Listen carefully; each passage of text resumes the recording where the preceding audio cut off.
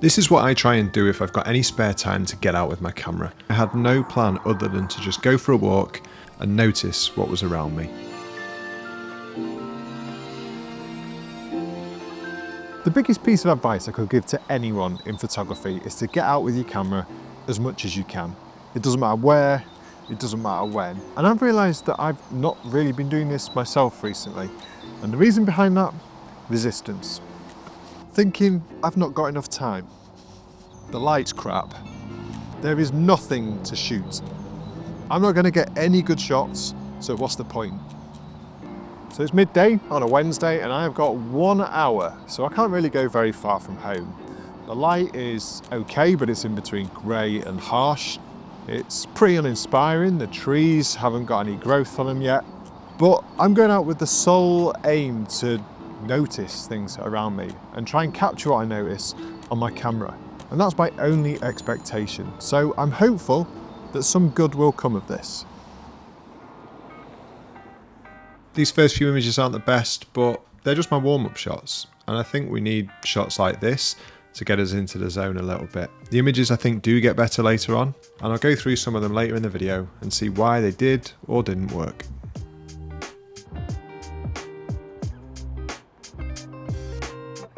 In terms of camera, I'm using this, which is the X100-6, which yes, is a new camera, and I'm aware that I keep saying don't buy new cameras, yet I've done that myself. There is a good reason, but I'm not going to talk about that in this video. I'll probably talk about it next week. One of the things I love about it, and you can do this with the previous one as well, is set up these custom film preset recipes, which I'm really enjoying playing with at the moment.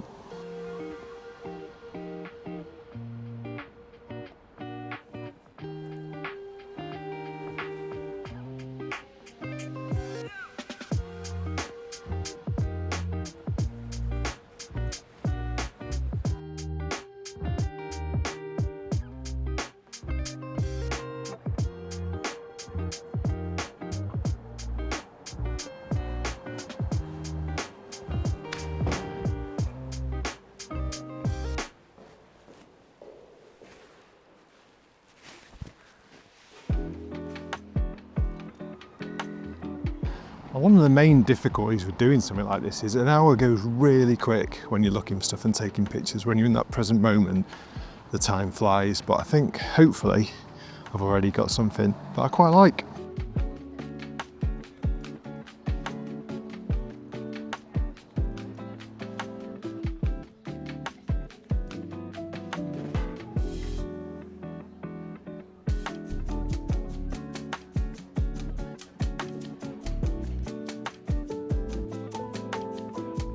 Just had a nice chat with a guy called Brian. This is his dog. Brian was an extra in the movie Notting Hill. So that's just something else about doing this. You can meet some fascinating people.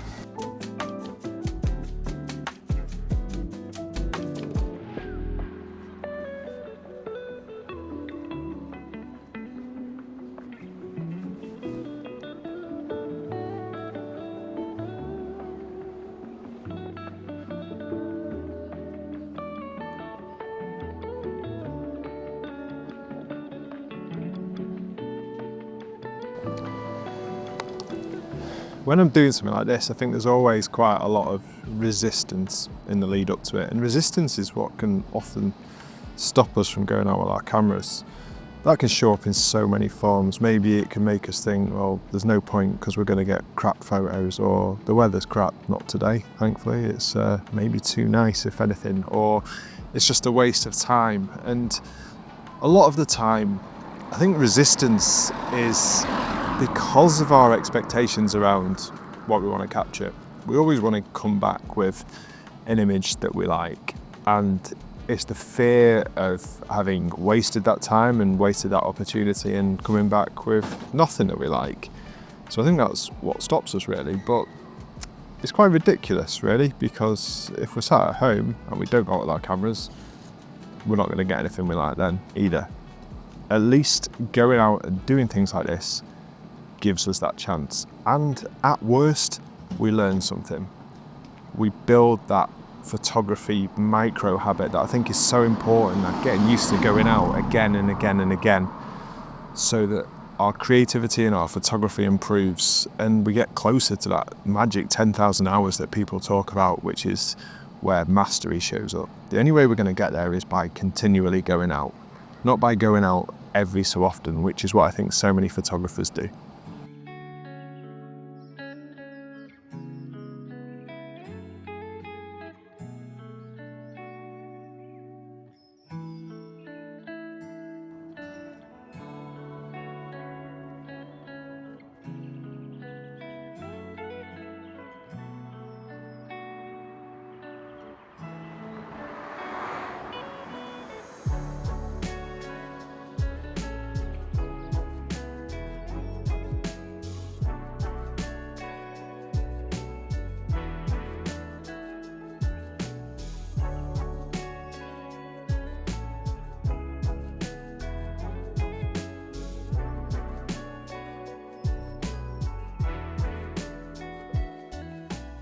When I do something like this now, I think there's some main things that I look for that I want my photographs to represent, and they seem to be lines, colour and open spaces, or kind of spaces where you'd expect there to be some sort of human activity but isn't. And I think this is a theme that's developing in my photography that I've been exploring quite a lot of in the last year. So it's a really good idea to think about what it is you're shooting and why you're shooting it. I think for a long time I kind of blindly went round just taking photos of whatever I saw and didn't really put an awful lot of thought into what I was doing. And since I've made this change, and since I've paid more attention to it, I think my photography has really improved as a result of that. I have very much gone over my allotted hour. In fairness to me, I've been having a bit of a chat. I've been filming this video and I've been thinking about the things that I want to say in it, and most of the images I've taken were actually within the hour. So I don't think I've broken too many rules. One of the things I would say about shooting on the film presets on this camera that I mentioned was it gives me the ability to use the images straight out of camera, which is what I'm keen to do on something like this. I've noticed one of the reasons people try not to go out too much is because the backlog of images can just be overwhelming. We don't want to be sat there editing hundreds of images, so being able to get the JPEG straight out of this and not really have to do anything with them is a massive benefit. So what have I learned today? I've learned what is available in my local area that I perhaps didn't know about before. I think I've actually got some quite nice shots that kind of represent where my work's going at the moment. So it's been massively beneficial. And do you know what? I didn't want to go out this morning. I thought of so many reasons not to. Sorry, my knees gave way then. But yeah, I thought of so many reasons not to go out. I thought there's nothing near where I live. Got a 30 minutes walk of where I live that's worth shooting. The weather wasn't great. Just didn't feel like it, but I made myself go out, and do you know what? I have really enjoyed it. And I think one of the reasons we think there's nothing near us to shoot is because we're just so used to it. We're used to what we see every day, and we don't necessarily see the photographic opportunity in that. And I think that's because we turn off our noticing. When we're familiar with an area, we don't look around, we don't notice things. We're just kind of on autopilot a little bit. So I guess that's my challenge to you really, is go out and explore your really local area with your camera and think about noticing and seeing all the time. Leave your phone at home so you're not distracted. Don't listen to music or a podcast or anything. Just really go out locally and just see. So yeah, that was kind of the point really. The images were fairly inconsequential, but I did get one or two that I quite liked. Photography is about slowing down and the art of noticing. If I'm sat inside, then I'm not going to notice anything apart from what an absolute shithole my study turns into on a weekly basis. Noticing is what happens when we fly in the face of resistance. You don't have to take a great photo. You don't even have to take a camera, but seeing and learning to see will get you into a much better place for those moments where you do want to capture something special. I think when I think about it in terms of the art of noticing, rather than trying to concentrate on all the other stuff, the weather, where I am, whether or not I'm going to get a good shot, everything that focuses on that resistance, then doing stuff like I did just becomes a lot more joyful and the pressure melts away. Is this my best work?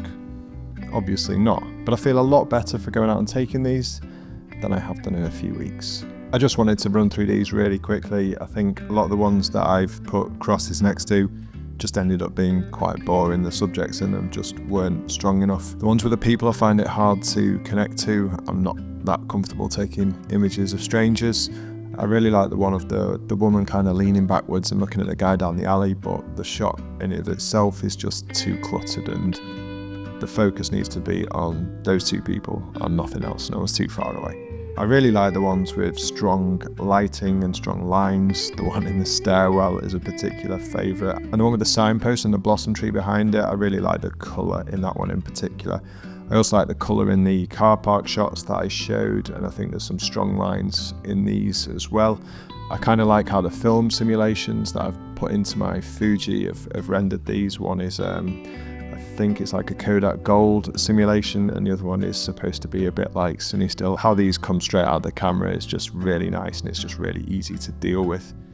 And then the rest, again, I think they were just a bit boring, to be honest. There's strong elements, there's strong lighting, the subjects are okay, but I just don't think there's enough in them to make them compelling images. Apart from the last one I'm quite drawn to, maybe it's because it's my shadow, and I just like the negative space, and I just like the little detail of this cone on the left hand side as well. So it was a really useful hour. I really enjoyed it, and when you walk out your door with your camera, there are so many different directions you can choose to go in. So this is an exercise that can be repeated over and over again, and it's something I'm going to look to do. So like I said before, I challenge you to go out, do similar.